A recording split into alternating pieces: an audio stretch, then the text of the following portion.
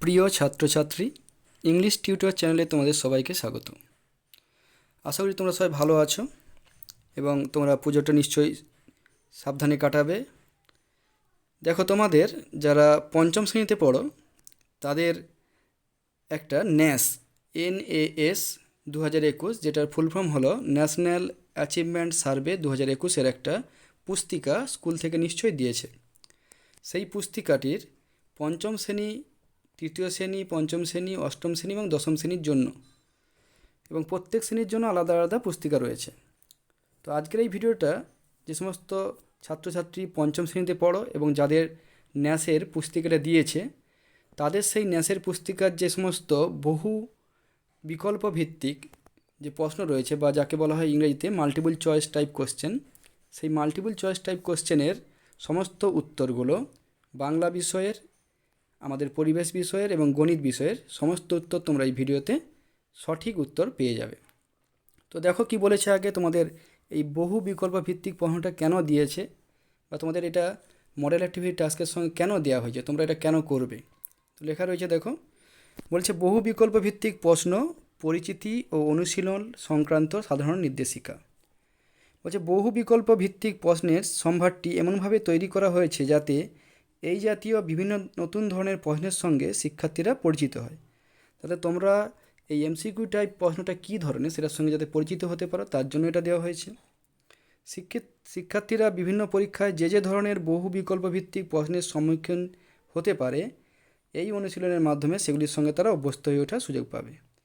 তোমরা যখন বড় হবে, আরও যখন অন্যান্য পরীক্ষা দেবে যেগুলো MCQ টাইপের হবে, মানে বহু বিকল্প ভিত্তিক, 4টে অপশান থাকবে, তার মধ্যে একটা অপশান বেছে নিতে হবে এবং সেটাকে গোল করতে হবে দাগ দিয়ে। তো সেই ধরনের যে পরীক্ষাগুলো দিবে তার সঙ্গে এখন থেকেই তোমাদের পরিচিতি করার জন্য। তারপরে দেখো কি বলেছে, বলছে যে বিদ্যালয় খুললে বহু বিকল্প ভিত্তিক প্রশ্ন, পরিচিতি ও অনুশীলনের উত্তরগুলি অভিভাবকদের মাধ্যমে শিক্ষক ও শিক্ষিকাদের কাছে জমা দিতে হবে। এবং যখন বিদ্যালয় খুলবে তখন তোমাদের ওই পুস্তিকাটি তোমরা উত্তর সব রেডি করে রাখবে। উত্তর তো ওই পুস্তিকার মধ্যেই তোমাদের করতে হবে, যে 4টে অপশানের মধ্যে যেটা উত্তর হবে সেটাকে গোল দাগ, ধরো ক, খ, গ, ঘ আছে, কয়েকটা উত্তর হবে, তাহলে ক যে লেখা আছে কটাকে গোল করে দিতে হবে। তো সেটা তখন তোমাদের অভিভাবকরা কী করবে, স্কুল খুলে তোমাদের স্কুলে এসে দিয়ে যাবে। প্রয়োজনে বিদ্যালয়ের শিক্ষক শিক্ষিকাদের সহায়তা নেওয়া যেতে পারে। তোমরা দরকার হলে যদি কোশ্চেনগুলো বুঝতে না পারো, তোমাদের বিদ্যালয়ের শিক্ষক শিক্ষিকাদের তোমরা ফোন করে জানতে পারো, কিন্তু সেটা উত্তর বলে দেওয়ার জন্য নয়, প্রশ্নটা কী বা কেন ওই প্রশ্নটা বলা হচ্ছে সেটা তোমাদের বুঝিয়ে দেওয়ার জন্য। পঞ্চম দেখো কী বলেছে, ঘরে বসে খাতায় বহু বিকল্প ভিত্তিক প্রশ্ন, পরিচিত অনুশীলনের উত্তর তৈরি করতে হবে। তাহলে ঘরে বসে তোমরা এই উত্তরগুলো তৈরি করবে। তো তোমরা নিশ্চয়ই বুঝতে পারছো যে তোমাদের এই MCQ বা বহু বিকল্প ভিত্তিক প্রশ্নের সঙ্গে পরিচিতি করে দেওয়ার জন্যই কিন্তু তোমাদের এটা দেওয়া হয়েছে, এবং যাতে তোমরা এখান থেকে পরবর্তীকালে যখন MCQ পরীক্ষা দেবে তখন যাতে তোমরা সড়গড় হয়ে যেতে পারো বা অভ্যস্ত হয়ে যেতে পারো তার জন্য। এবং তোমরা যে স্কুলের ছুটির মধ্যেও মডেল অ্যাক্টিভিটি টাস্কের মাধ্যমে কতটা তোমাদের অনুশীলন হয়েছে, পাঠ তোমরা অনুশীলন করতে পেরেছো, সেটারও একটা কী হবে, পরীক্ষার মতো হয়ে যাচ্ছে। তো দেখো, আমরা এবার আমাদের মূল ভিডিও যে প্রশ্নের উত্তরগুলো সেগুলোতে চলে যাই।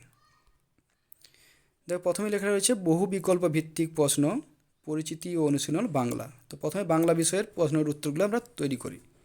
দেখো কি বলেছে, দেখো বলছে পঞ্চম শ্রেণী, তোমরা যেটা দেখো পঞ্চম শ্রেণী লেখা রয়েছে এখানে। তো বাংলা বিষয়ের দেখো কি বলেছে, বলছে ভাগ 1, নিচে দেওয়া অংশটি পড়ো। নিচে যে দেওয়া অংশটা রয়েছে সেটা পড়তে বলছে, মানে একটা প্যাসেজ আছে, এই প্যাসেজটা পড়ে তোমাদের উত্তর করতে হবে। কি বলা আছে দেখো প্যাসেজটা, পৌর বয়সে বিদ্যাসাগর মহাশয় তার নিজের রচিত বাংলা ও সংস্কৃত শেখার জন্য বইগুলি মুদ্রিত ও বিক্রয় করে অনেক টাকা উপার্জন করেন। তাহলে বিদ্যাসাগর, আমাদের যে বিদ্যাসাগর রয়েছিলেন, ঈশ্বরচন্দ্র বিদ্যাসাগর, তিনি পৌর বয়সে কী করেছেন, তার নিজের রচিত, নিজের থেকে লেখা বাংলা সংস্কৃত শেখার বইগুলি বিক্রি করে আর মুদ্রণ ছাপিয়ে অনেক টাকা উপার্জন করেন। তার মৃত্যুর পূর্বে প্রায় 20 বৎসর তিনি বার্ষিক 30,000 টাকা আয় করেন এইভাবে। তার মৃত্যুর পূর্বে তাহলে 20 বৎসর মানে 20 বৎসর ধরে তিনি প্রতি বছর 30,000 টাকা করে আয় করতেন, এইগুলো বইগুলো মুদ্রিত করে বিক্রয় করে। কিন্তু সে টাকা সমস্তই ছেলেমেয়েদের স্কুল, মেট্রোপলিটন কলেজ, এখন তার নাম বিদ্যাসাগর কলেজ, সমাজের মঙ্গলের জন্য, বিধবা বিবাহ আইন সিদ্ধ করার আন্দোলন, দুর্ভিক্ষ ও মহামারীতে নিজের আহার্য দিয়েও চিকিৎসা করে লোক বাঁচানো এই ব্যাপারে খরচ হয়ে যেত। তিনি যে বার্ষিক যে 30,000 টাকা করে আয় করতেন, সেটা কিসে খরচা করতেন সেটা বলা হয়েছে দেখো। বা ছেলেমেয়েদের স্কুল তৈরি করতেন, মেট্রোপলিটন কলেজ, যেটা এখন যার নাম কি বিদ্যাসাগর কলেজ কলকাতাতে রয়েছে, সেই মেট্রোপলিটন কলেজ যার এখন নাম বিদ্যাসাগর কলেজ, সেই কলেজটা তিনি প্রতিষ্ঠা করেছেন ওই টাকা দিয়ে। সমাজের মঙ্গলের জন্য বিধবা বিবাহ আইন সিদ্ধ করেছেন। দুর্ভিক্ষ মহামারীতে নিজের আহার্য দিয়ে চিকিৎসা করে লোক বাঁচিয়েছেন। যখন দুর্ভিক্ষ হয়েছে, মহামারী হয়েছে, তখন লোককে বাঁচিয়েছেন ওই টাকা দিয়ে, অর্থ সাহায্য করে। এইভাবে তিনি টাকাটা খরচ করেছেন। বাড়ির লোকের জন্য ব্যবস্থা ছিল মোটা ভাত মোটা কাপড়ের, যা তিনি নিজেও চিরকাল নিজের জন্য ব্যবস্থা করেছিলেন। তারপর তিনি যে টাকাটা উপার্জন করেছেন, তিনি কিন্তু নিজের জন্য বা নিজের বাড়ির জন্য ব্যবহার করতেন না। তিনি নিজে সেই মোটা ভাত আর মোটা কাপড়ের মাধ্যমে সারা জীবন চালিয়ে নিয়েছিলেন। তিনি অপরের সবসময়ই সাহায্য করে যেতেন, এই জন্য তাকেও আমরা আজও মনে রেখেছি। তো এই যে প্যাসেজটা তোমরা পড়লে, যে তিনি কত টাকা ইনকাম করতেন, কত বছর ধরে কিসে কিসে খরচা করতেন, মেট্রোপলিটন কলেজের নাম এখন কি, ঠিক আছে, এবং তিনি মোটা ভাত মোটা কাপড় যে ব্যবহার করতেন তার মানেটা কী, এগুলোর সব প্রশ্ন আছে, সেগুলো উত্তর দিতে হবে। দেখো পরপর দেখে নিই। প্রথম প্রশ্ন দেখো কী বলছে, নিচের দেওয়া প্রশ্নগুলির ঠিক উত্তরটিতে গোল দাগ দাও। তোমরা কিন্তু টিক দিবে না, আমি এখানে টিক দিয়েছি ঠিক কথা, তোমাদের উত্তরে দেখানোর জন্য। তোমরা কিন্তু কী করবে, গোল করে দেবে। দেখো প্রথমে কী বলেছে, বিদ্যাসাগর তার বই বিক্রি করে উপার্জন করেন। বিদ্যাসাগর তার বই বিক্রি করে উপার্জন করেন। আরেকটা কথা বলে দিই, আমি এখানে লাল কালি দিয়েছি যাতে তোমাদের নজরে পড়ে ভালোভাবে, কিন্তু তোমরা কিন্তু গোল করার সময় লাল কালিতে করবে না, অবশ্যই কালো অথবা নীল কালিতে তোমরা গোল করবে। বিদ্যাসাগর তার বই বিক্রি করে উপার্জন করেন যুবক বয়সে, পৌঢ় বয়সে, বৃদ্ধ বয়সে, অতি বৃদ্ধ বয়সে। তাহলে আমরা পড়েছি পৌঢ় বয়সে, তাহলে পৌঢ় বয়সে যে বি এর যে অপশানটা আছে, এই বিটাকে তোমরা কী করবে, গোল করে দেবে। শুধু বিটাকে গোল করবে, বিটাকে কালো করে বা নীল কালিতে গোল করে দেবে, ঠিক আছে। কোনো লাল কালি ব্যবহার করবে না, 1 নম্বর। 2 নম্বর আমি টিক দিয়েছি, টিক কিন্তু দেবে না তোমরা গোল করবে। তারপরে দেখো কী বলেছে, তাহলে এটা পৌঢ় বয়সে উত্তরটা হয়ে গেল। দ্বিতীয় উত্তর দেখো, বই বিক্রি করে জীবনের শেষ ভাগে বিদ্যাসাগরের বার্ষিক আয় ছিল প্রতি বৎসরে, তিনি 20 বছর ধরে প্রতি বছরে কত টাকা করে আয় করতেন, 10,000, 20,000, 30,000, 40,000। তাহলে তোমরা পড়েছ 30,000 টাকা, তাহলে 30,000 টাকা সি এরটা উত্তর হবে। তা সিটাকে গোল করে দেবে। সবসময় মনে রাখবে কালো কালি অথবা নীল কালি, লাল কালি নয়। তারপরে দেখো কী বলেছে, এখনকার বিদ্যাসাগর কলেজের আগে নাম ছিল কি, এখন যেটা বিদ্যাসাগর কলেজ তার আগে নাম কী ছিল, নিশ্চয় পড়েছে মেট্রোপলিটন কলেজ, তাহলে এটা হবে কি মেট্রোপলিটন কলেজ। তাহলে এটা মেট্রোপলিটন কলেজ উত্তরটা করে নেবে। তারপরে দেখো কী বলে 4 দাগে, বিদ্যাসাগরের নামের সঙ্গে যে সমাজ সংস্কার আন্দোলন যুক্ত। বিদ্যাসাগর যে সমাজের জন্য যে সংস্কার করেছিলেন, যে আন্দোলনটা, সেই আন্দোলনটা কি আমরা পড়েছি কি, বিধবা বিবাহ আইন সিদ্ধ করা। তাহলে এটা সিটাকে তোমরা কালো কালি বা পেন নীল কালি দিয়ে কী করবে, সিটাকে গোল করে দেবে। শুধু সি এর এই যে দাগটা এইখানটা, যেমন আমি হাত দিয়ে এরকম করে যে গোলটা দেখানো হচ্ছে, ঠিক এরকম করে পুরোটা ভর্তি করে দেবে সিটাকে। তাহলে তোমাদের এটা হয়ে গেল। পরের পৃষ্ঠায় চলো। তারপরে কী বলছে 5 দাগের কোশ্চেনে, মোটা ভাত মোটা কাপড় কথাটি যা বোঝায়। মোটা ভাত আর মোটা কাপড় এই কথাটার অর্থ কী? অত্যন্ত দরিদ্র তিনি ছিলেন, না বিলাসিতাহীন জীবন কাটিয়েছিলেন, অত্যন্ত কৃপণতা করেছিলেন, অত্যন্ত বঞ্চনা করেছিলেন। তিনি তার পয়সা তো উপার্জন করেছেন বার্ষিক 30,000 টাকা, তখনকার দিনে 30,000 টাকা মানে অনেক টাকা, আজকের দিনে প্রায় লাখ লাখ টাকার সমান। তো সেই টাকাটা তিনি অন্যদের জন্য খরচ করে নিজেরা মোটামুটি জীবন ধারণ করার জন্য যতটুকু প্রয়োজন ততটাই তিনি খরচ করতেন। তার মানে কি, তিনি বিলাসিতাহীনভাবে জীবন কাটাতেন। তাহলে বিয়ের দাগের অ্যান্সারটা হবে এটা। এবার তোমরা কি করবে না, ভাগ 2 যেটা আছে সেটা দেখো। প্রথমটা তাহলে প্যাসেজটা পড়ে উত্তর হলো 5টা প্রশ্নের উত্তর। এবার আমরা দ্বিতীয় ভাগে কী লেখা আছে, একটা প্যাসেজ আছে, সেটা পড়ে আমরা উত্তর করব। শুধু দুধ ভাত নয়, মাছে ভাতে বাঁচার স্বপ্নও বাঙালি দেখেছে তার জীবনযাপনের গোড়ার দিনটি থেকে। তাহলে বাঙালি যারা, তারা জীবনযাপন যখন থেকে শুরু করেছে তখন থেকে তারা শুধু দুধ ভাত খেয়ে নয়, মাছে ভাতে বাঁচার স্বপ্নও দেখেছে। ভাতের সঙ্গে মাছের নানান পদ, নিধন পক্ষে এক আধ টুকরো বাঙালির নিত্য অভ্যাসে। বাঙালি মানে ভাতের সঙ্গে মাছের নানা পদ থাকবে, এবং যদি মাছের নানা পদও না থাকে, এক আধ টুকরো মাছ অন্তত থাকবে, এটা নিত্য অভ্যাস ছিল। নেমন্তন্নে রুই কাতলা খাওয়ানোর রেয়াজ ছিল বাঙালি পরিবারগুলোতে। তো বাঙালি পরিবার যখনই তার নেমন্তন্ন, কোনো বিয়ে বাড়ি হোক, অন্নপ্রাশন বাড়ি হোক, যে কোনো অনুষ্ঠানে নেমন্তন্ন করা মানে লোককে তারা কী খাবে, রুই কাতলা মাছ খাওয়াবে। গোয়াল ভরা গরু, গোল ভরা ধান, পুকুর ভরা মাছ, এসবই এখন বাঙালি জীবনের স্বপ্নে দেখা রূপকথা। কিন্তু সেই যে গোয়াল ভরা, আগেকার দিনে যে গোয়ালে প্রচুর গরু থাকতো, গোলা ভরা ধান, গোলাতে ধান রাখা থাকতো প্রচুর ভরা, পুকুরে পুরো মাছে ভর্তি থাকতো, এইসব এখন বাঙালি জীবনের স্বপ্নে দেখা রূপকথা। আজকের দিনে কিন্তু গরুও কম রয়েছে, ধানের চাষ খুব কমে গেছে, এবং পুকুরেও মাছও রয়েছে, সবই রয়েছে, কিন্তু কম, তেমনকার দিন আগেরকার দিনের মতো নয়। প্রত্যেক ঘরে যেমন থাকতো সেটা এখন প্রত্যেক ঘরে আর নেই। তবু মাছ ভাত আজও প্রায় সর্বস্তরের বাঙালির মূল খাদ্য, কিন্তু তবুও আজকের দিনেও আজকে বাঙালির প্রত্যেকটা ঘরে মাছের সঙ্গে ভাত, ভাতের সঙ্গে মাছ অবশ্যই থাকবে। মাছ ভাত একদম মূল খাদ্য। সর্ষে বাটা দিয়ে মাখো মাখো বোয়াল। এবার সব মাছের পদের কথা বলা হচ্ছে। কি কি পদ আছে দেখো। সর্ষে বাটা দিয়ে মাখো মাখো বোয়াল, ফুলকপি দিয়ে ভেটকি মাছ, কই, মোরলার অম্বল। তাহলে ফুলকপি দিয়ে ভেটকি, কই, মোরলার অম্বল, মোরলা মাছের অম্বল বা টক, বাটার পাতলা ঝোল, বাটা মাছের পাতলা ঝোল, মূলো দিয়ে বড় শোল মাছ রান্না করা। যারা আবিষ্কার করেছিলেন এবং মূলো দিয়ে যে শোল মাছটা রান্না করা হয়েছিল, যারা যারা এইসব যে তৈরি করতেন, এইসব পদ যারা রান্না করতেন, তারা কি এই পৃথিবীর মানুষ ছিলেন? লেখক এখানে জিজ্ঞাসা করছেন, তারা যারা এই মূলো দিয়ে শোল মাছ রান্না, বাটার পাতলা ঝোল, মোল্লার অম্বল, ফুলকপি দিয়ে ভেটকি, কই, সর্ষে বাটা দিয়ে মাখো মাখো বোয়াল যারা তৈরি রান্না করতেন, তারা কি এই পৃথিবীর মানুষ ছিলেন? মানে এত সব পদ কী করে রান্না করতেন, এটা তিনি অবাক হচ্ছেন। নাকি কোনো স্বর্গের বাসিন্দা, তিনি এটাও জানতে চাইছেন, তারা কি স্বর্গের বাসিন্দা ছিলেন? সন্দেহ জাগে কবির মনে বা লেখকের মনে, কী হচ্ছে, এটা সন্দেহ জাগছে। তো লেখক এখানে কি বলেছে, যে বাঙালি সবসময় শুধু দুধ ভাত নয়, মাছ ভাতই তাদের প্রিয় খাদ্য। এবং আগেকার দিনে যখন নিমন্ত্রণ দিত, রুই কাতলা খাওয়ানো হতো, এখনও খাওয়ায়, তো মাংসটা চলে এসছে, রুই কাতলা খাওয়ানো হতো। এবং তখন গোয়াল ভরা গরু, গোল ভরা ধান, পুকুর ভরা মাছ থাকতো। এবং সর্ষে বাটা দিয়ে যে পদগুলো বলেছে, এই পদগুলো কিন্তু যারা রান্না করতো তাদেরকে নিয়ে কবি সন্দেহ ছিল, যে তারা কি সত্যিই এই আমাদের এই পৃথিবীর মানুষ, এত সুন্দর সুন্দর পদ রান্না করতে পারতো, তারা স্বর্গের মানুষ। তো দেখো, এটা প্যাসেজটা হলে এবার আমরা কোশ্চেনগুলো দেখি কী বলেছে। বলছে দেখো, নিচে দেওয়া প্রশ্নগুলো ঠিক উত্তরতে গোল দাগ দাও। সবসময় মনে রাখবে গোল করতে হবে, ঠিক না। দুধ ভাতের মতোই বাঙালি আর যাতে বাঁচার সময় দেখছে, শুধু দুধ ভাত ছাড়াও বাঙালি আর যেটা খেয়ে বেঁচে থাকতে চায় সেটা কি আমরা পড়েছি, মাছে ভাতে। তাহলে এটা হবে মাছে ভাতে। ডালে ভাতে হাসি কান্নায়, ডালে ফলে মাছে ভাতে, তাহলে কী হবে, মাছে ভাতে। তাহলে ডিটাকে গোল করে দেবে। তারপরে দেখো কী বলেছে, নেমন্তন্নে বাঙালি পরিবারের রেওয়াজ ছিল। নিমন্ত্রণ হলে বাঙালি পরিবার কী খাওয়াতো, পড়েছো, দুধ ঘোল, রুই কাতলা, অতিথিকে পান সুপারি, অতিথিকে উপহার দেওয়া। তাহলে কোনটা পড়েছো তোমরা, এই প্যাসেজ অনুযায়ী রুই কাতলা খাওয়ানো। তাহলে এটা বিয়ের দাগের উত্তরটা হবে। তারপরে দেখো কোশ্চেনে দেখো কী বলেছে, এখনকার বাঙালি জীবনে স্বপ্নে দেখা রূপকথা। এখন বাঙালি জীবনে স্বপ্নে যে রূপকথার মতো যেটা আসে, কোন কোন জিনিসগুলো, সেটা হচ্ছে গোয়াল ভরা গরু, গোলা ভরা ধান, পুকুর ভরা মাছ। সবকটি আমরা পড়েছি প্যাসেজে, যে সবকটি আজকের দিনের রূপকথা। গোয়াল ভরা গরু, গোলা ভরা ধান আর পুকুর ভরা মাছ, তাহলে এটা উত্তর হবে সবকটি। নয়টা দেখো কি বলেছে, ফুলকপি দিয়ে রান্না হতো। ফুলকপি দিয়ে কী রান্না করতো, বাটা মাছ, মোরলা মাছ, ভেটকি মাছ, বোয়াল মাছ। তাহলে এখানে ভেটকি মাছটা রান্না করতে আমরা পড়েছি, তাহলে ভেটকি মাছটা উত্তর হবে। তারপরে পৃষ্ঠায় চলে যায়। তাহলে বলছে দেখো, যারা এই পৃথিবীর মানুষ ছিলেন কিনা তা নিয়ে সন্দেহ যাদের। যারা এই পৃথিবীর মানুষ ছিলেন কিনা তা নিয়ে সন্দেহ যাদের, কাদের নিয়ে, যারা ভালো ভালো পদ রান্না করতে হতো মাছের। সেকালের দাপুটে জমিদাররা, মাছ ভরা পুকুরের মালিকেরা, সেকালের মাছের নানা পদের রাঁধুনিরা, অনুষ্ঠান বাড়ির কর্তারা। তাহলে কাদের নিয়ে লেখকের সন্দেহ ছিল, সেকালের মাছের নানা পদের রাঁধুনিরা। তাহলে এটা উত্তর হবে সি এরটা। তাহলে এটা করে নাও। এবার নিচের আবার একটা প্যাসেজ আছে, সেটা পড়ি আমরা, দেখো কি বলেছে। বলছে রাজ্য সরকারের বিভিন্ন প্রকল্প থেকে ছাত্রছাত্রীদের প্রদত্ত সুযোগ সুবিধা।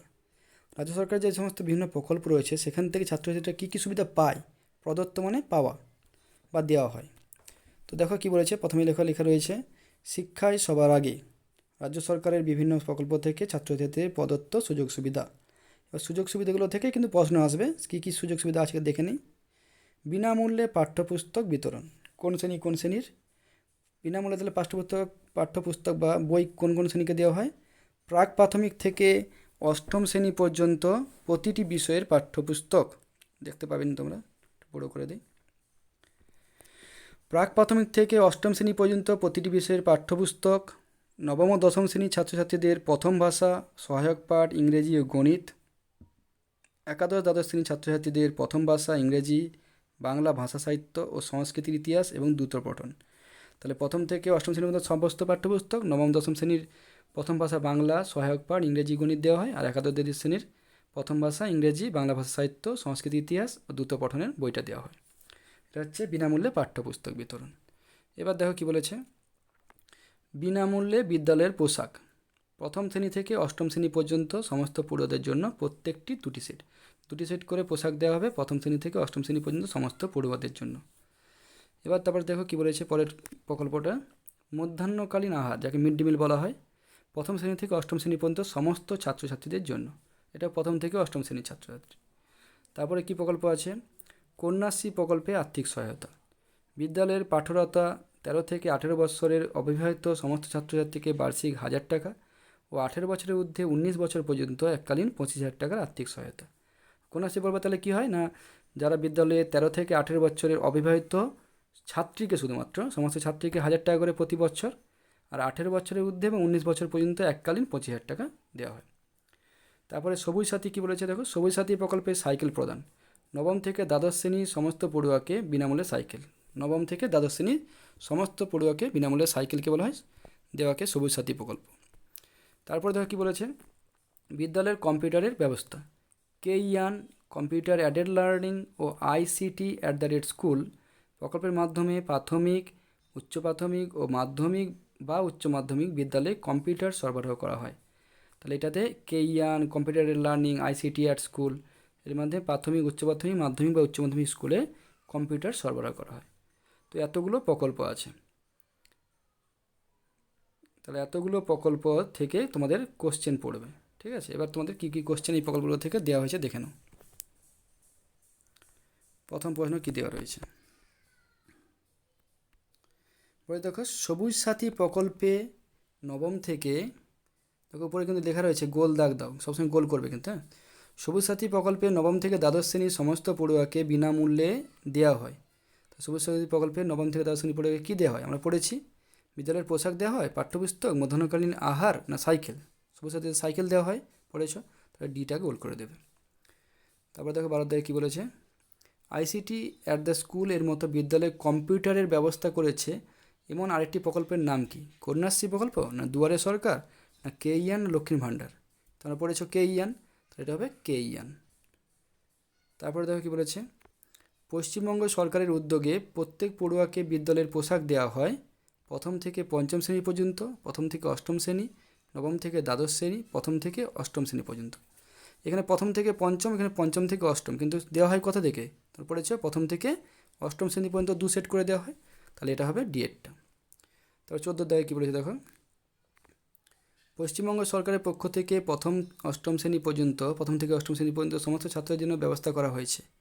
তাহলে প্রথম থেকে অষ্টম শ্রেণীর ছাত্রদের কে পোশাক দেওয়া হয়, কিন্তু এবার বলছে পশ্চিমবঙ্গ সরকারের পক্ষ থেকে প্রথম থেকে অষ্টম শ্রেণী পর্যন্ত ছাত্রছাত্রীদের জন্য ব্যবস্থাটা কী করা হয়েছে, কম্পিউটারের, মধ্যাহ্নকালীন আহারের, বিনামূল্যে পাঠ্যপুস্তকের, সবুজ সাথী প্রকল্পের। তাহলে কোনটা হবে এখানে, মধ্যাহ্নকালীন আহারের। বিনামূল্যে পাঠ্যপুস্তক তো সমস্ত শ্রেণীকে দেওয়া হয়, শুধু প্রথম থেকে অষ্টম নয়। সবুজ সাথী প্রকল্পে তো নবম থেকে দ্বাদশ শ্রেণী। আর কম্পিউটারের তো পড়েছো তোমাদের কম্পিউটার সরবরাহ করা হয় সেখানে, তাহলে কী হবে মধ্যাহ্নকালীন আহারের। তাহলে বিএডটা হবে কি, মধ্যাহ্নকালীন আহারটা প্রথম থেকে অষ্টম শ্রেণী পর্যন্ত সমস্ত ছাত্রছাত্রীদের জন্য ব্যবস্থা করা হয়েছে। তাহলে বিয়ের অ্যান্সারটা হবে 15টা। দেখো কী বলেছে, স্থিরীকৃত শব্দের একটি সমার্থক শব্দ হলো, স্থিরীকৃত শব্দের একটি সমার্থক শব্দ হলো। স্থিরীকৃত শব্দের সমার্থক শব্দ কী হবে, প্রদত্ত না প্রকল্প, প্রকল্পিত, অনুমিত না অনুমোদিত। স্থিরীকৃত মানে আগে থেকে স্থির করা হয়েছে বা প্রদান করা যেটা হবে সেটা কোনটা, প্রদত্ত। তোমরা পড়েছো সেই যেটা দেওয়া ছিল, এখানে দেখো এখানে দেওয়া ছিল কি, এখানে দেওয়া রয়েছে দেখো ছাত্রছাত্রীদের প্রদত্ত সুযোগ সুবিধা। এই প্রদত্তটা এখানে হবে কি না, এখানে তাহলে কোনটা হয়ে যাবে, হবে স্থিরীকৃত শব্দের একটি সমার্থক শব্দ কী হবে তাহলে না, প্রদত্ত। তাহলে তোমরা এটা উত্তর কী করবে, প্রদত্ত করবে। 15 দাগের প্রদত্ত বা এরটা হবে। এবার দেখো পরের পৃষ্ঠায় চলে যাই আমরা। এবার তোমাদের আসছে যেটা গণিত বিষয় আসছে, বাংলা বিষয় শেষ হয়ে গেছে, গণিত বহু বিকল্প ভিত্তিক প্রশ্ন পরিচিতি অনুশীলন গণিত পঞ্চম শ্রেণী। প্রথম প্রশ্নটা দেখো, উত্তরগুলো দেখো। ঠিক উত্তর নির্বাচন করো। বর্তমানে পিতা ও কন্যার বয়সের সমষ্টি 65 বছর, 7 বছর পরে তাদের বয়সের সমষ্টি কত হবে।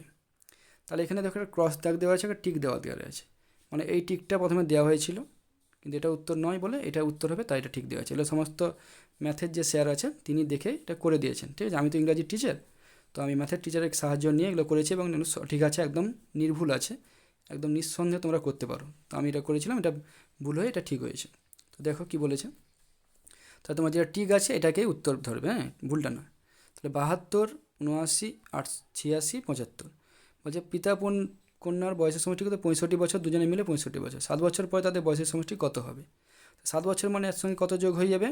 14 বছর। দু লোকের তো 7 বছর বাড়বে, 14 যোগ হলে কত হবে? 5 4 9 আর 6 1 7, তাহলে কত হবে? এটা 79 বছর। তাহলে উত্তরটা করে নেবে।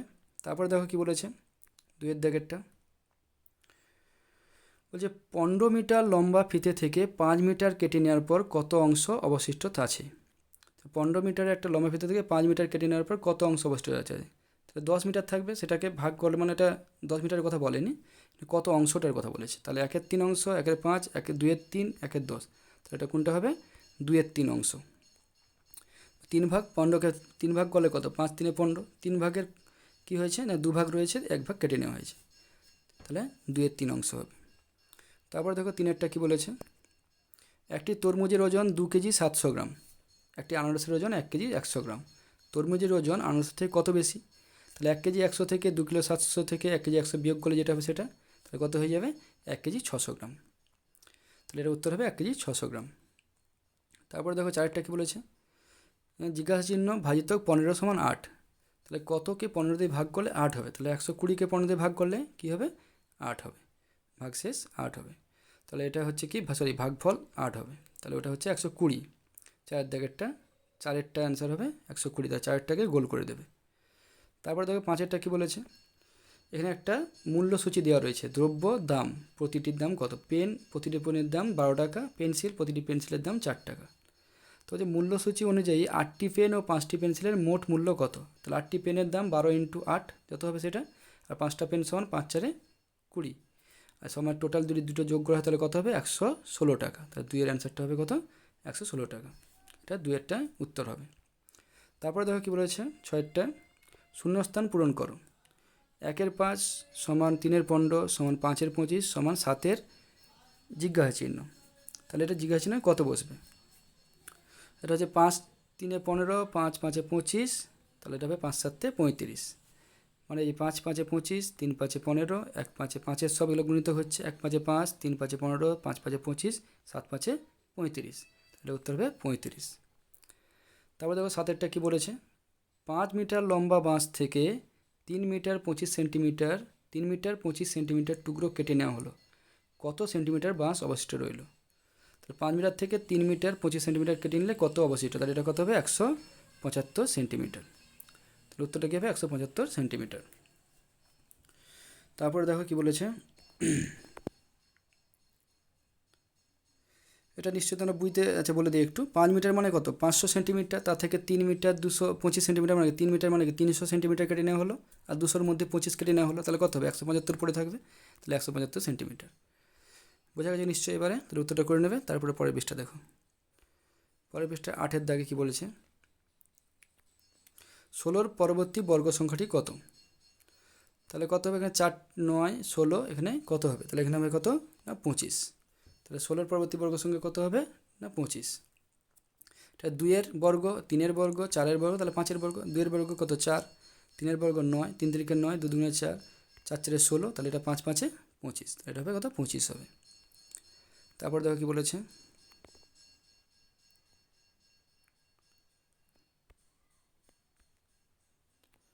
বলছে দেখো ঘড়িটা দেখো আগে, বড় কাঁটাটা 12টা আছে আর 3টে দিকে ছোটো কাঁটা, মানে 3টে বেজেছে, একদম কোণটা দেখো, কোণটা দেখলে বুঝতে পারবে 90 ডিগ্রি কোণ আছে এটা। তাহলে ঘড়ির কাঁটা দুটির মধ্যে কোণটির কী ধরনের কোণ? এটা যে কাঁটাটা যে কোণটা আছে সেটা কী ধরনের? 90 ডিগ্রি, সেটা কোন ধরনের? সূক্ষ্ম কোণ, সমকোণ, স্থূলকোণ, কোণটি নয়। 90 ডিগ্রি হলে সেটা কী হবে? সমকোণই হয়, সমকোণী ত্রিভুজ হয় যেটা 90 ডিগ্রি অ্যাঙ্গেলে, তাহলে হবে সমকোণ। উত্তরটা হবে 2। তারপর 10-এরটা দেখো কী বলেছে, মিনার বাড়ি থেকে স্কুল যেতে 10 মিনিট 15 সেকেন্ড এবং টিনার 12 মিনিট 10 সেকেন্ড সময় লাগে। তাহলে মিনার বাড়ি থেকে স্কুল যেতে 10 মিনিট 15 সেকেন্ড, আর মিনার জায়গায় টিনার বাড়ি থেকে স্কুল যেতে কত সময় লাগে? 12 মিনিট 10 সেকেন্ড। টিনার কত বেশি সময় লাগে? তার 10 মিনিট 15 সেকেন্ড আর 12 মিনিট 10 সেকেন্ড, তাহলে বিয়োগ করে দিলে কত? 12 থেকে 10, 12 মিনিট 10 সেকেন্ড থেকে 10 মিনিট 15 সেকেন্ড বিয়োগ করলে কত হবে না 1 মিনিট 55 সেকেন্ড। তাহলে উত্তরটা কোনটা হয়ে যাবে? 1 মিনিট 55 সেকেন্ড। তাহলে 1 মিনিট 55 সেকেন্ড বেশি লাগে টিনার। তারপরে দেখো কী বলেছে, একটি আয়তকার পার্কের দৈর্ঘ্য 30 মিটার। তাহলে একটা পার্ক আছে আয়তকার, তার দৈর্ঘ্য 30 মিটার আর প্রস্থ 25 মিটার। পার্কটির পরিসীমা কত? পরিসীমার আগে সূত্র জানতে হবে। পরিসীমার সূত্র কি? দৈর্ঘ্য ইন্টু প্রস্থ। তাহলে কী হবে এখানে 30কে 25 দিয়ে গুণ করলে কত হবে? যেটা হবে সেটা কত হবে না 110 মিটার। সরি, তোমাদের একটা ভুল বললাম আমি। এটা একটি আয়তাকার পার্কের দৈর্ঘ্য 30 মিটার, প্রস্থ 25 মিটার। পার্কটির পরিসীমা কত? এটা হবে কি, পরিসীমার সূত্রটা হচ্ছে 2 ইন্টু দৈর্ঘ্যযুক্ত প্রস্থ। 2 ইন্টু 2 গুণিতক দৈর্ঘ্যযুক্ত প্রস্থ। দৈর্ঘ্যযুক্ত প্রস্থ 30 আর 25কে যোগ করলে কত হবে? 55। তাকে 2 দিয়ে গুণ করলে কত হবে? 110 মিটার। তাহলে এটা হচ্ছে 2 ইন্টু দৈর্ঘ্যযুক্ত প্রস্থ। ঠিক আছে, এটা হবে। আগেটা যেটা বলছিলাম ভুল বলেছিলাম। তাহলে 30 যুক্ত 25, তার সঙ্গে তাকে 2 দিয়ে গুণ করলে যেটা হবে সেটা হচ্ছে 110 মিটার। তাহলে এটা হবে 110 মিটার পরিসীমা। তারপর দেখো কী বলেছে, 2008 সমান জিজ্ঞাসা চিহ্ন উপরে লেখা রয়েছে। তা 2008 সমান কি 200 যুক্ত 8, না 20 যুক্ত 0 যুক্ত 8, না 2000 যুক্ত 8, না 2 যুক্ত 0 যুক্ত 0 যুক্ত 8? তাহলে কোনটা হবে? 2000 যুক্ত 8। তাহলে এটা হয়ে যাবে কত? না 2000 যুক্ত 8, 3-এর অ্যান্সারটা। তারপর দেখো কী বলেছে, 2305টি পেন 11 জন ছাত্রছাত্রীদের মধ্যে সমানভাবে ভাগ করার পর কয়টি পেন অবশিষ্ট আছে? তাহলে 2305টা পেনকে 11 জন ছাত্রছাত্রীদের সমানভাবে ভাগ করতে হবে। তাহলে 11 দিয়ে ভাগ করতে হবে। 2305কে 11 দিয়ে ভাগ করলে যে ভাগ শেষটা থাকবে, ভাগ ফল নয়, ভাগ শেষে যেটা পড়ে থাকবে সেটাই তাহলে কী হবে? সেটা ভাগ করা যাবে না, অবশিষ্ট। সেটা কত হবে? না 6। তাহলে 6টা পেন ভাগ করা যাবে না, অবশিষ্ট রয়ে যাবে। তারপরে পৃষ্ঠা দেখো কী বলেছে,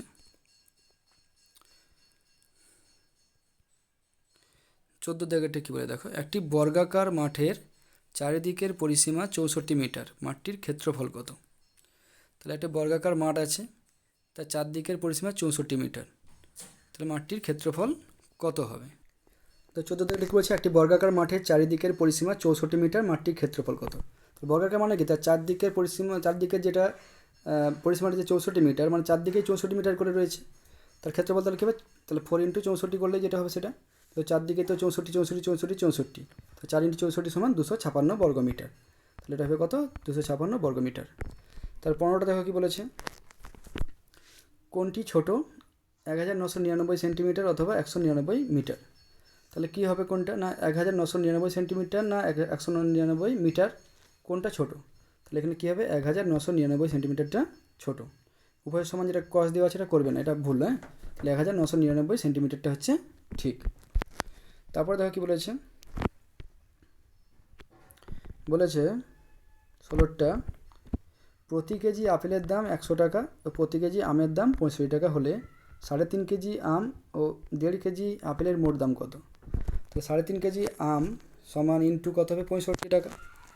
আর 1.5 কেজি আম ইন্টু 1.5 কেজি আপেল সমান ইন্টু 100 টাকা। 1.5 কেজি আপেল সমান 150 টাকা হবে।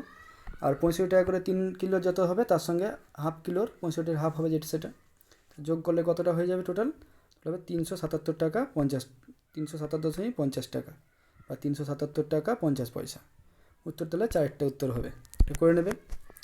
তো তোমরা কী করবে, 3.5 কেজিকে 65 দিয়ে গুণ করবে, মানে 3 কিলো 3 ইন্টু 65, আর হাফ মানে 65-এর হাফ যে টাকাটা সেটা, আর 1.5 কিলো সমান,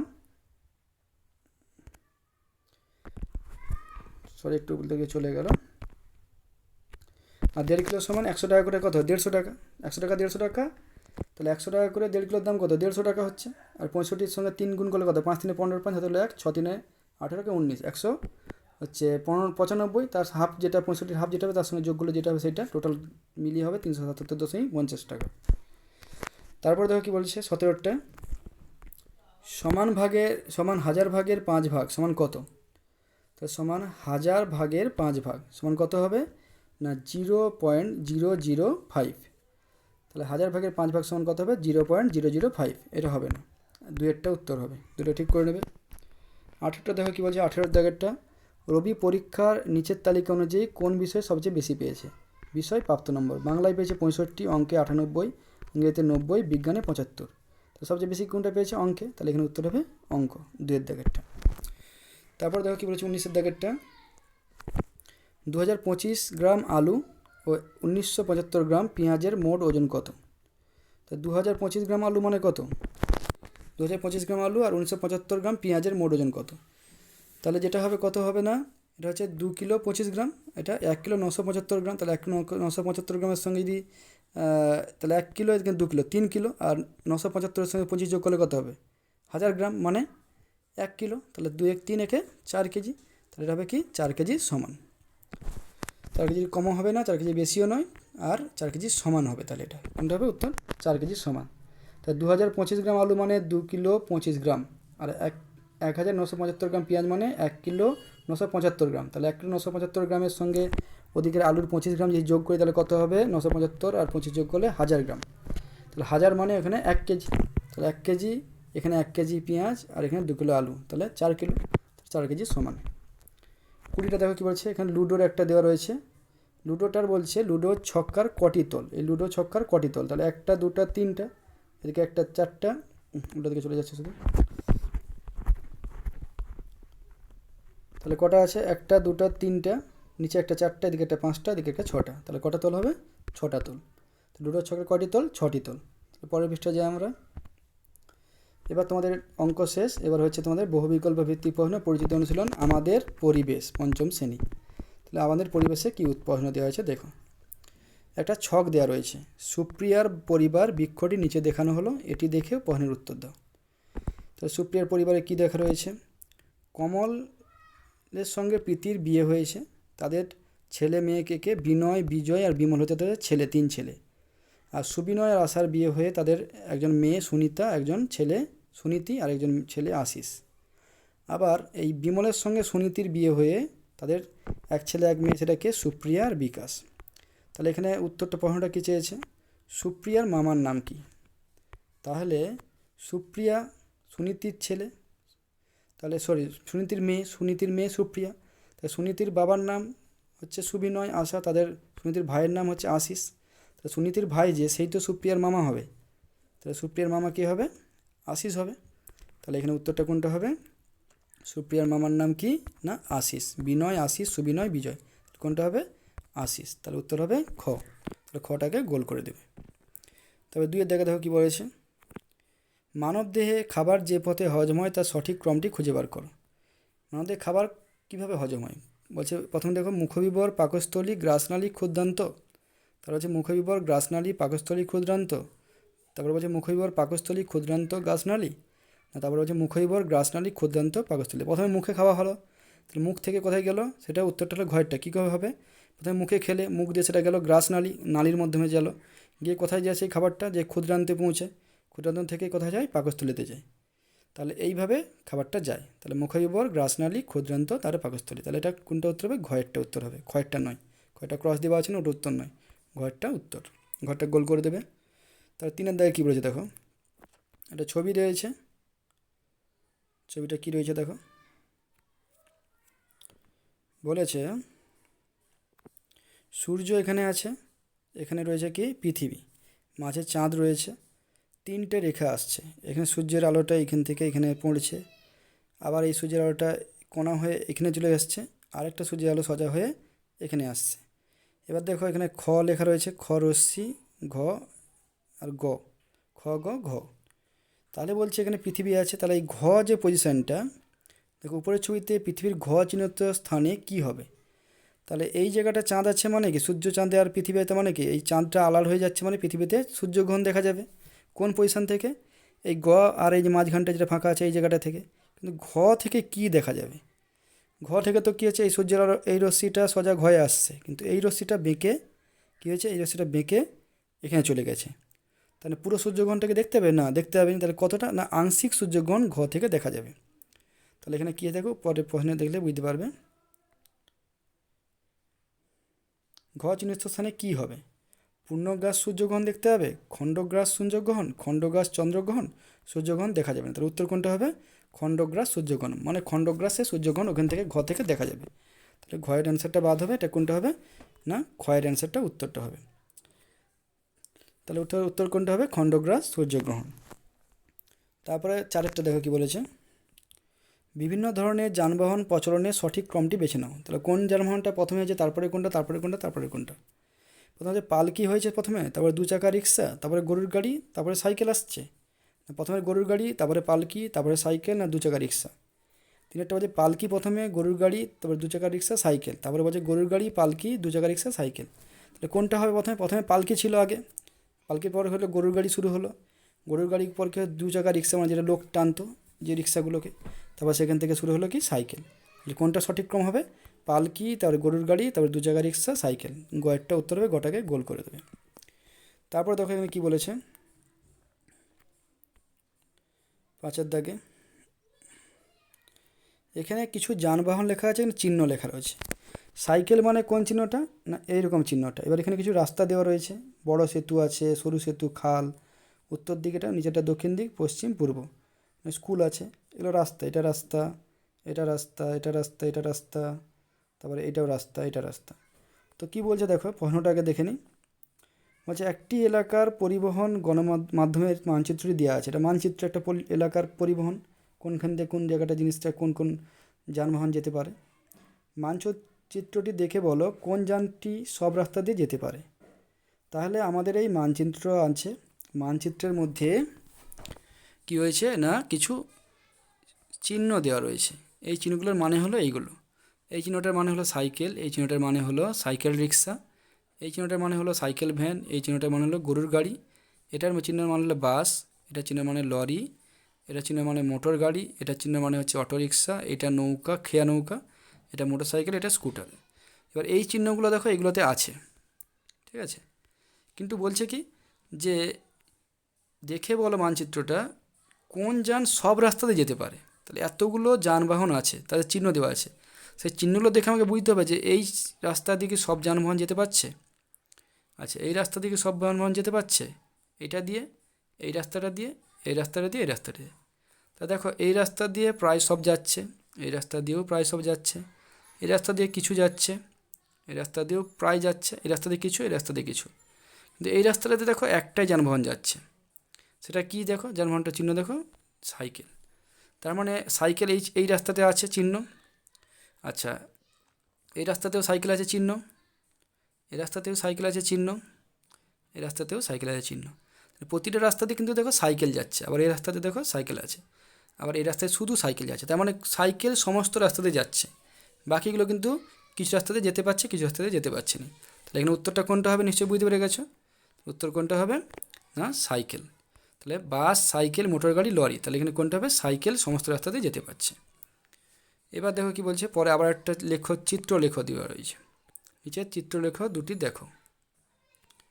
2010 সালে কি ছিল, 2020 সালে কি হয়েছে। বলছে দেখো এখানে 1 থেকে 0, 10, 20, 30, 40, 50, 60, 70, 80, 90, এটা গ্রাফ দেওয়া রয়েছে। মাছের যোগান, আর পরের পৃষ্ঠা চলে গেল। আচ্ছা,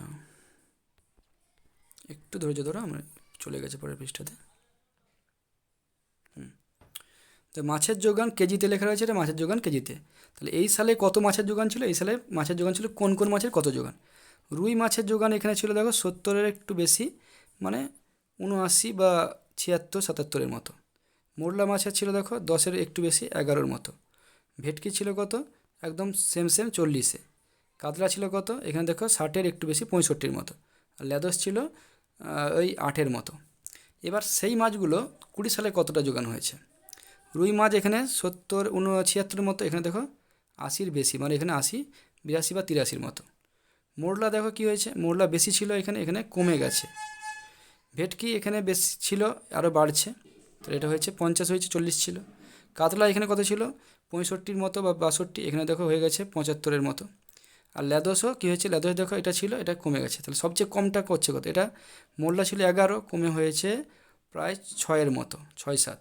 আর ল্যাদসটা ছিল কত, ওই 9-এর মতো, এখানে কমে হয়েছে কত, একদমে 1 বা 2 হয়েছে। তাহলে সবচেয়ে কমছে কোনটা, ল্যাদস কমছে। তো আমরা দেখো এবারে কী বলেছে উত্তর, প্রশ্ন কী বলেছে। 2010 সাল থেকে 2020 সালের মধ্যে কোন কোন মাছের যোগান কমে গেছে। রুই কাতলা, রুই ভেটকি, কাতলা ভেটকি, মোরলা ল্যাদস। তাহলে আগেরটা দেখো, আগেরটা দেখলে বুঝতে পারে ভালো করে কটা মাছ কমেছে। তাহলে আগের থেকে যোগান বেড়েছে, রুইয়ের বাড়ছে, ভেটকির বাড়ছে, কাতলার বাড়ছে। কমছে কোনটার কোনটা, মোরলা আর ল্যাদসের। তাহলে উত্তর কোনটা হবে নিশ্চয়ই বুঝতে পেরে গেছো, মোরলা ও ল্যাদস। তাহলে ঘরটা উত্তর হবে। এবার 7-এরটা দেখো কি বলেছে। বলছে এক টুকরো বরফ রোদে রাখলে 2 ঘন্টা পর তাকে আর দেখা যায় না। রোদে যদি বরফ রাখা কী হবে, গলে যাবে, জল হয়ে যাবে।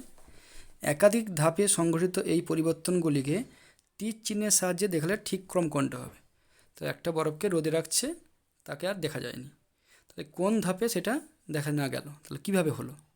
প্রথমে কঠিন, তারপরে গ্যাস, তারপরে তরল হলো, তারপরে কঠিন তরল, তারপরে গ্যাস হলো, তরল গ্যাস কঠিন হলো, না গ্যাস তরল কঠিন? তাহলে প্রথমে বরফটা কী হবে? কঠিন হবে। তাহলে কঠিন দুটাতে আছে, তাহলে এই দুটো বাদ হয়ে গেছে, ছাড়ো। তাহলে রোদে রাখলে কী হবে? জল হয়ে যাবে প্রথমে, তাহলে গ্যাস তরল, তাহলে তরল হবে। তরল হওয়ার পর কী হবে? সেটা রোদে বাষ্পীভূত হয়ে উড়ে যাবে, তাহলে গ্যাস হবে। তাহলে কী হবে? কঠিন তরল গ্যাস। তাহলে এটা হবে ক্ষয়েরটা। তারপরে আটেরটা দেখো কি বলেছে।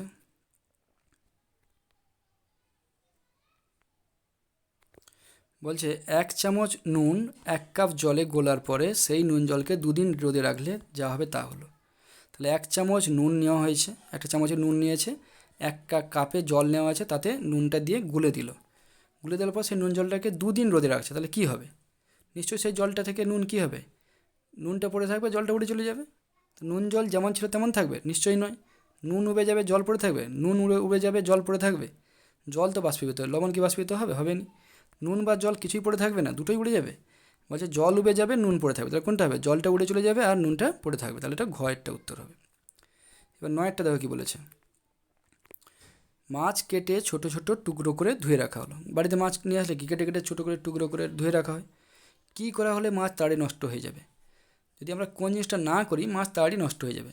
বেশি করে নুন মাখিয়ে রোদে শুকিয়ে রাখলে মাছ নষ্ট হবে? নিশ্চয়ই নষ্ট হবে না। খুব ঠান্ডায় রাখা হলে, ফ্রিজে রাখলে নষ্ট হবে? নষ্ট হবে না।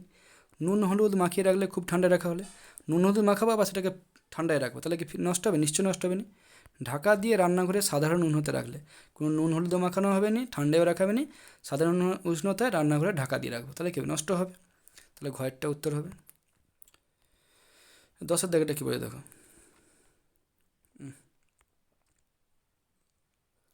বলছে একই রকমের 3টে বালতিতে কানায় কানায় জল ভরে রাখা আছে। 3টে বালতি একই রকমের, তাদের কানায় কানায় জল ভরা আছে। প্রথমটায় একটা মানে একদম ভর্তি জল। প্রথমটা একটা ফুটবল আকারের নিরেট লোহার বল, তাহলে প্রথমটায় একটা নিরেট লোহার বল কিলো ফেলা হলো। দ্বিতীয়টায় একটা ক্রিকেট বল, সাধারণ ক্রিকেট বলকে ফেলানো হলো। আর তৃতীয়টায় 5টা কাঁচের মার্বেল দেওয়া হলো। প্রত্যেক বালতি থেকে কিছুটা জল উপচে পড়লো। উপচে তো পড়বে, যেটা বেশি লোহার বল দিবা মানে তার বেশি জল উপচে পড়বে। ক্রিকেট বল তার থেকে একটু কম জল উপচে পড়বে। আর 5টা মার্বেল মানে তার থেকে আরও কম জল উপচে পড়বে। বালতি থেকে যতটা জল উপচে পড়েছে তার ক্রম হলো। তাহলে প্রথমে কোনটা হবে? প্রথমেরটায় বেশি জল উপচে পড়ছে, দ্বিতীয়টা তার থেকে কম, তৃতীয়টা, কেন এটা কমার সাইন আছে এগুলো, ঠিক আছে? তাহলে এই 3টে হবে উত্তর, প্রথম দ্বিতীয় তৃতীয়। ক্ষয়টা হবে না। কোনটা? প্রথম দ্বিতীয় তৃতীয়। প্রথমে বেশি কোনটায় পড়েছে, তারপরে দ্বিতীয় কোনটা, তারপরে তৃতীয়টায়। এই সাইনটার দ্বারা এটা হচ্ছে। তাহলে কোনটা হবে?